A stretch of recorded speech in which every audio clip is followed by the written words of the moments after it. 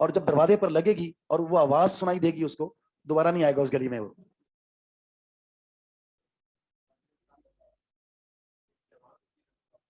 جی نہیں, پہلی دفعہ بھی اگر کوئی کر دے تو گناہگار پھر بھی نہیں ہے وہ.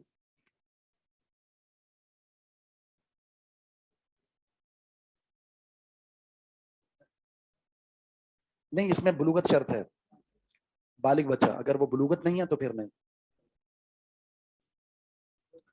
جی بچہ, جی ہاں, لیکن وہ بچہ بچہ ہو, سمجھ رہے نا, بچہ بچہ.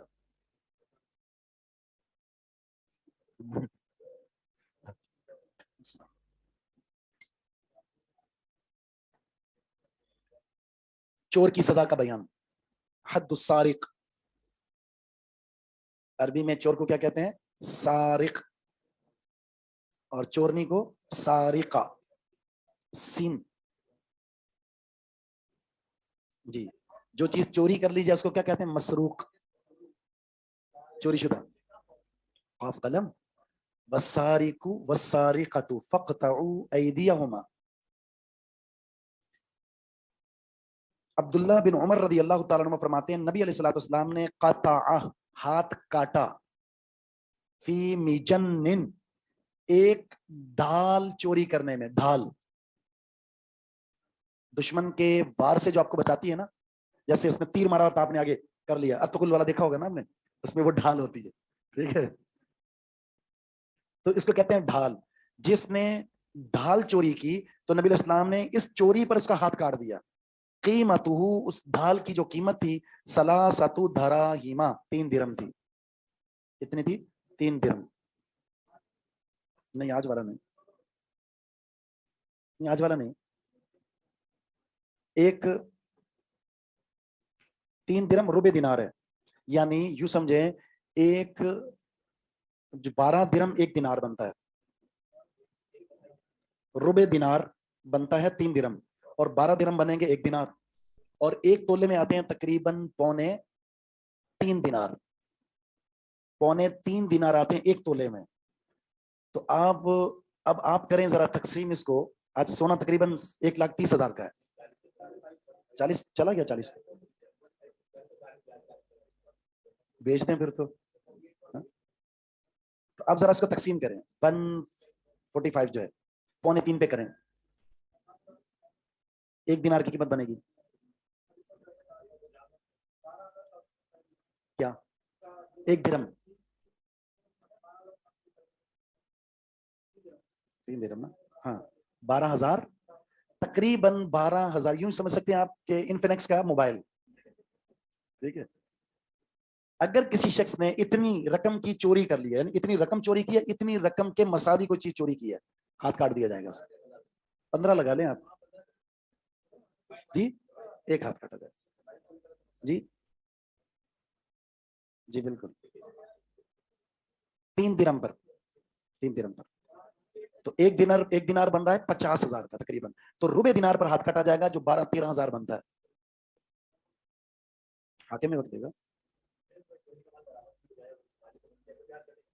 دیکھیں, اگر اس نے چور کو پکڑ لیا, چور نے مال واپس کر دیا اور اس نے معاف کر دیا, بات ختم. اگر آپ اس کو لے گئے قاضی کے پاس کہ اس نے میرا مال چوری کیا تھا, اب قاضی کے پاس بھی اختیار نہیں ہے معافی دینے کا. آپ تو دور کی بات ہے, قاضی کے پاس بھی اختیار نہیں. اب حد نافذ ہوگی. لیکن قاضی پاس لے جانے سے پہلے ہی آپ نے معاملہ حل کر لیا, پکڑ لیا اس کو, میں ابھی لے جاؤں گا, سزا ہوگی, ہاتھ کٹ جائے گا, پیسے واپس کر دو, اور واپس کرتا ہے, اور آپ اس کو تنبیہ کر دے تو دوبارہ پکڑے گئے, یہ ہوگا. اور وہ معافی تلافی کرتا ہے, اللہ سے بھی معافی مانگ لے تو بات ختم ہو گئی.